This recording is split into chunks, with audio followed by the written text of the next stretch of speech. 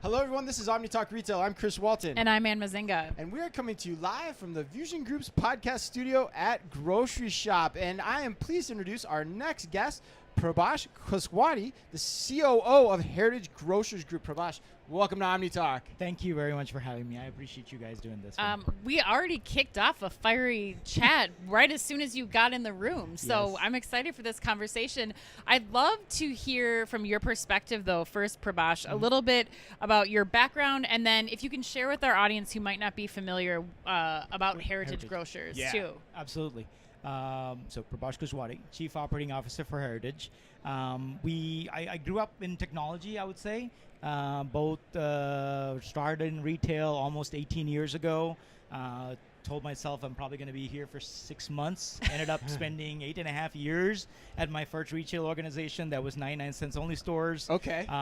Then grew from there. Technology was my passion and always been in technology. Once I got to what was at that point Cardenas markets, which we still are Cardenas markets in California, Arizona, and Nevada. I was given the opportunity to keep growing in the organization, so I grew from just being an IT guy to being chief administrative officer. I took over real estate, construction, maintenance, administration, loss prevention, and then ended up taking over operations, then became chief operating officer. Role has changed a little bit, so I've given up real estate and I've given up loss prevention, but I've inherited manufacturing. We do have a manufacturing plant that we produce baked goods in Texas, and then I also own warehouse and logistics, and I have to say I have an amazing team. That's what makes my life easier, and then maybe I'll grow my hair back. If you figure that out, let me know. Let me know. How many so what are all the banners that Heritage Group operates? So we have 4 banners. So we are here in Vegas. Vegas, we operate in Cardenas, Vegas, California, and Nevada, we operate under the Cardenas banner. Okay. And in Arizona, we operate under the Los Altos banner. In Chicago, we are Tony's. And in Texas, and one lonely store in Kansas, we are Rancho supermarkets. Okay. Oh, wow. So, okay. so I'm curious, as COO, how do you balance like the back office, streamline, scale efficiency with everything that those different banners need? Yeah, and I think two parts, right, to answer that question. I think every retailer, whether it's us, anybody else, hopefully should be just thinking about the customer first, right? At the end of the day, that's who pays your paycheck, and every decision you do and you make, how does it affect that customer and what drives them back into your store? Number 2 is every other function that I mentioned outside of my stores should be working to support the stores, right? That is the bread and butter. That's who then keeps the customer happy. And I always say, hey, look, we need to make sure the team members are happy because they set the vibe in the store, if you will. And that gets everybody excited. If you're coming into a store where everybody's like, oh, what time do I get off? I want to go home. That's not exciting. We want to keep it exciting and energetic and people to come in. And our stores are, I call them groceraunts, right? It's we have a restaurant, it's full theater. We are majority fresh, right? We lead with produce. That's the tip of our spear. When you walk into our stores, you'll see a fresh bakery. You'll smell the bolillos. You go into seeing fresh cakes, the pasteleria. You go into a full butcher and meat market where we break down the meat in our stores ourselves. And then in most of the stores, especially in Cardenas, we go from the corn kernel all the way to masa, to the tortilla, and sometimes the chips the next day in the store. In the store. In the store. So it's amazing. It's exciting. And and then the kitchen. I started with that, but the kitchen is important. So it's we go for some things are from scratch, some things are not, but it does not help me trying to lose my weight. But Taco Tuesday is amazing. $1.25 tacos. Oh my wow! gosh. All right. And $1 tacos if you're in Texas. Oh my gosh. All right. Well, Prabash, I'm curious how you track then. Like you oversee 4 banners. You're looking at operational metrics across all of those banners. What are some of the most important ones that you're tracking, and how do they vary based on each of those banners or locations? So I think the metrics tend to be somewhat standardized as Do you they? grow. They need to be. Yeah. But I would say high level, obviously sales, items per basket, what the basket composition is, Sure. average item price. But you benchmark it to the banner, right? You benchmark it to the geography. So you can compare El Rancho to Cardenas to Tony's because those are different concepts, and how we go to market in those concepts are different. But then you also got the within the store, labor metrics that you would look at, items per minute, self-checkout utilization, stocking rates, receiving accuracy we'll look at. But essentially that gives you a high-level dashboard to look at and say, how well are we operating? Where are the opportunities? What should I focus on from an operator perspective? What do I need the merchandising help from on how we go to market? What do we need to change? So it gives you a really good sense and a pulse of what we need to do. Yeah. But from a metric perspective, we don't track banner level or geography specific metrics, because those metrics tend to be overall, because you're usually benchmarking yourself against somebody, right? Right. So that helps kind of say, hey, and in stores, all stores, I think all retailers, we're very competitive, not only retailer against retailer, but just a banner against banner, store against store. Oh yeah. This morning, one of my favorite things to do every morning, every Monday morning, is by 6 o'clock I've committed, depending on where I am, actually, I would say 6 o'clock East Coast time, getting an email out to the whole company. So I send an email out summarizing a sales recap for the banner. How did we perform overall at Heritage? How do we do as Cardenas? How do we do at Tony's?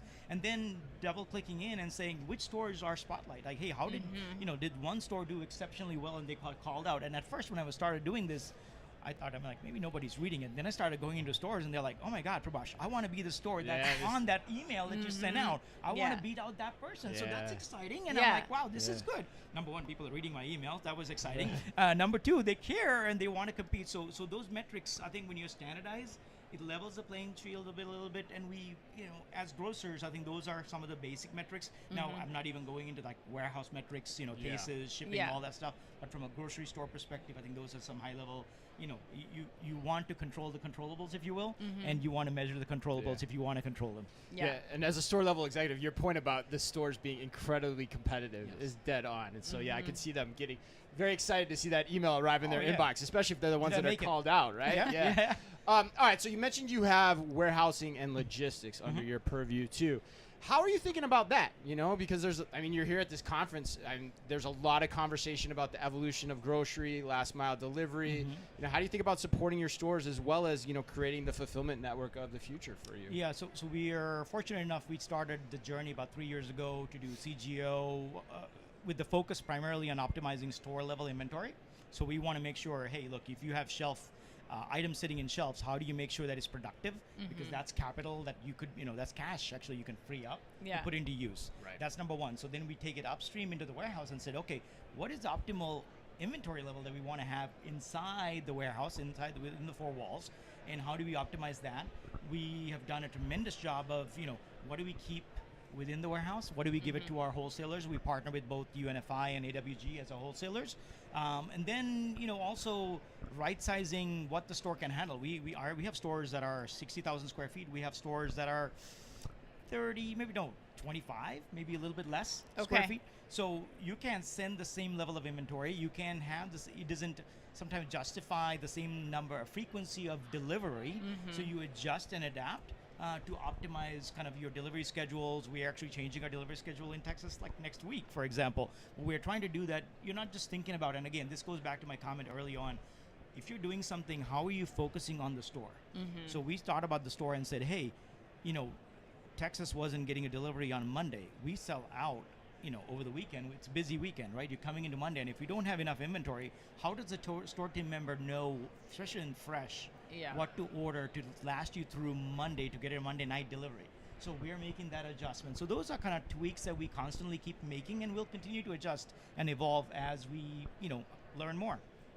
So Prabash, I'm curious with an experience that is as important as your stores are for your customers, going in person and getting food, the groceraunt that you're talking about.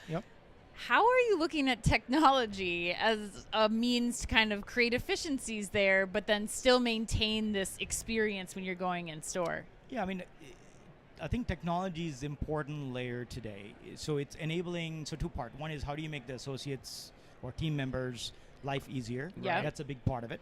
That's right. That's the first one. And then the second part is how do you make the product fresh, right? So we partner with Upshop. We have Itasca for inventory. Okay. We are doing fresh item management. Okay. So it's not just to save shrink and save money, but also you're getting a fresh product for the customer, right? So whenever I've done things like that in my past, and we're doing it right now, you do it for shrink savings, and you end up going, wow, my sales had a lift. Why is that? Right. And then you're like, oh, the customer noticed that the product was fresh. Yeah. So again, I know it's not rocket science, but No? but it's like, wow, it's amazing. You go into it in a cost savings approach, and then you Right. find out, you're like, wait, there is another benefit, but it's to our customers, and you get your top side benefit, and you get your bottom line benefit as well.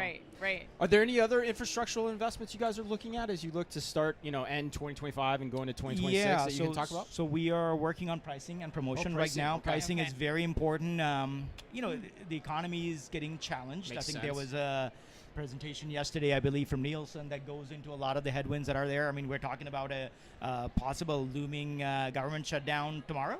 Tomorrow, right? What does that mean to so we support a lot of consumers who are strapped. So if you're dependent on government benefits, that might not be there Wednesday morning. Right. So what does that mean? So now you need to stretch your dollar. How do you stretch your dollar?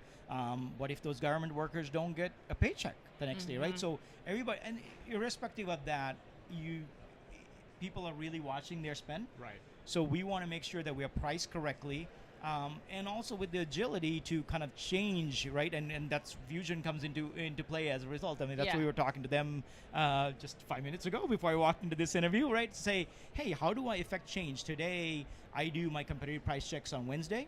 I make sure that, the KVIs, the no-lose proposition items are priced competitively the next day, which is Thursday. But what if I can effect that change Wednesday itself, because I already know what I need to change. I don't have sometimes in some banners scan coordinators working on the weekends. Right. So now I don't need to wait until next. So those are things or that do it we're even working more on, often. and also promoting, right? Promoting the Right. right items, killing the items that you might be promoting. You think that has benefit but don't really have a benefit. Right. So how do you do that? So pricing and promotion becomes really important for not only driving top side benefit but also protecting your profit.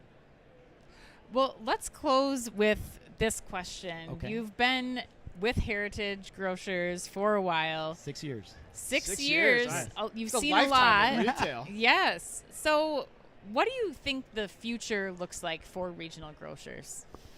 So it's a good question. I mean, I think the regional grocers are definitely challenged in the sense that the larger retailers have a arsenal of weapons, whether it's capital, Yes. whether it's technology that's available to them. So for us, we look at, we feel like we're fairly decent size at $3 billion, but when you look at a Walmart, the competitors, the Krogers, the Albertsons, Yeah. we're relatively smaller, right? So how do we Yeah. go to market? That becomes challenging. Pricing, you look at your profits and you say, okay, where do you invest? Yep. Do you invest in item price to make the customer happy? Do you invest in technologies? So I think that's where you need to become really smart and That's really tough. strategic on where you make the investments. I do think that there's going to be this is more forward-looking theory, if you will, that there'll be some consolidation Okay. within the mid-tier, retailers. It has to happen. That's probably the only way forward. But I don't think that's a bad thing. I think at the end of the day, we're here to serve our communities and our customers. That leverage and larger size will give the customers a better service, if you will, and better item price because you now have better leverage. So I don't think it's a bad thing. But as long as whoever the acquirer of those banners, like that's what we've done as Heritage when we've done our acquisitions, is you need to keep what made that banner special still intact, right? Right. There's a reason why that customer decided to shop you versus somebody else. So how do you keep that special thing still going?